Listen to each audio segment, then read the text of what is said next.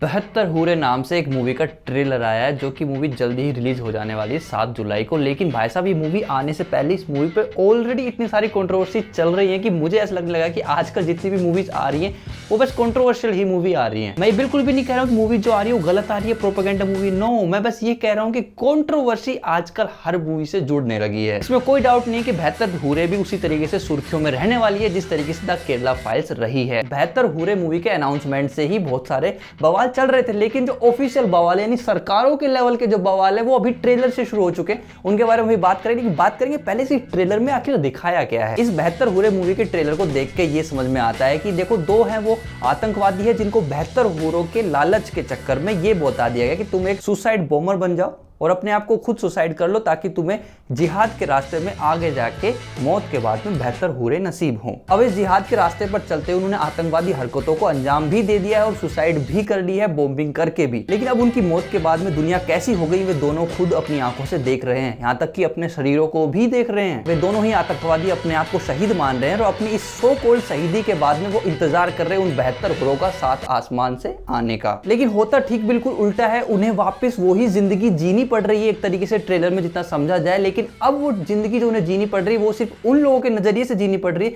जिनको उन्होंने दुख दिया है, जिनके परिवार वालों को दुख हुआ है, जिनकी मौत के वक्त उनको जो डर महसूस हुआ है उन्हीं सब चीजों से अब उन्हें दोबारा गुजरना पड़ रहा है। और इन सभी चीजों को देखते हुए उनके सारे जो मिथ थे, जितने भी भ्रम थे, जितने भी उनके ब्रेन वॉश चीजें थी, उन सब चीजों से उनका पर्दाफाश हो रहा है। मूवी में साफ साफ लिखा गया है कि इंस्पायर्ड बाय ट्रू इवेंट्स। तो देखो ये सच है कि इस्लाम के अंदर जिन आतंकवादियों को इस्लाम की 72 हूरों का लालच देके जिस तरीके से उनसे सुसाइड बॉम्बिंग कराई गई है, जैसे कि बॉम्ब ब्लास्ट हुए थे 1993 के अंदर 26/11 का, या उसामा बिन लादेन वाला चक्कर, इन सभी इवेंट्स को मिला के ये मूवी बनाई गई है। लेकिन अब इस मूवी पे जो बवाल चल रहा है वो बवाल ये है कि देखो जिस सेंसर बोर्ड ने इस मूवी को पास कर दिया कि हाँ आप इसे सिनेमा हॉल में दिखा सकते हैं, वही सेंसर बोर्ड इस मूवी के ट्रेलर को सिनेमा हॉल में लॉन्च नहीं होने दे रहा है। आपत्ति जताई है उन्होंने 2-3 सीन्स पे, जैसे कि एक सीन था जिसके अंदर की एक पैर कटा हुआ है, एक मरी हुई लाश का, उसे हटाओ।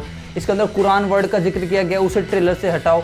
मतलब कि मुझे ये समझ में नहीं आ रहा कि पूरी मूवी पास हो चुकी तो ट्रेलर से आखिर क्या दिक्कत है। वे चाहते हैं जानबूझ के कि इस मूवी का प्रमोशन रुके और इसी बात की बगावत करने पर उतर आए हैं डायरेक्टर प्रोड्यूसर, क्योंकि भाई साहब उनका मानना है कि जब मूवी पूरी हमारी पास हो चुकी, यहाँ तक कि ये मूवी ये बहुत नई मूवी नहीं है, ये मूवी ऑलरेडी पहले बनाई जा चुकी है, स्क्रीनिंग इसकी हो चुकी है, ये नेशनल अवार्ड जीत चुकी है। साल 2019 के अंदर 72 हूरे मूवी को IIFIA में दिखाया गया था और 2021 के अंदर इसे एक नेशनल अवार्ड मिल चुका है। यहाँ तक इस मूवी के डायरेक्टर ने लाहौर नाम की एक मूवी भी बनाई थी जो कि ऑलरेडी नेशनल अवार्ड ले चुकी है। हालांकि वो अलग बात है कि पाकिस्तान में उस मूवी को बैन कर दिया गया था। मूवी के फिल्म मेकर्स ने कहा चलो ठीक है, आपने इसे सिनेमा हॉल में रिलीज नहीं होने दिया और इस चीज की हम शिकायत करेंगे ministry of information and broadcasting के अंदर, लेकिन हम इस ट्रेलर को लॉन्च करके मानेंगे, चाहे डिजिटली करें। मतलब यूट्यूब पे उन्होंने छोड़ दिया और छोड़ते मच रहा है बवाल। वहीं पे द केरला स्टोरी वाले बवाल तो कंटिन्यू रहेंगे ही रहेंगे। जो लोग इस मूवी को इस्लाम के खिलाफ मान रहे हैं, ना कि आतंकवाद के खिलाफ, वो इसको इस्लाम के खिलाफ मानेंगे।